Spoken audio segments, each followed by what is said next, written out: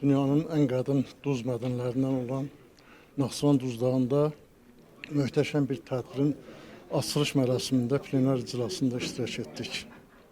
Çox təqdirə layiq haldır ki, insanların, ümumiyyətlə canlıların həyatında mühüm rol oynayan duzun öyrənilməsi sayəsində Naxçıvan Dövlət Universiteti çox böyük işlər aparır və bu istiqamətdə aparılan elmi məclislərin bugün biz üçüncüsünə toplaşmışdıq.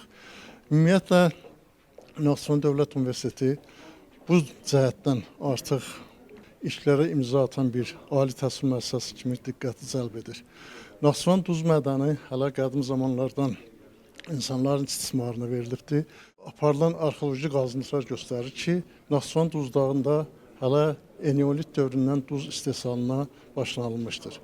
Bölmə iclaslarında da biz maraqlı məruzələrin şahidi olacağıq və mən konqresin içinə uğurlar arzulayıram.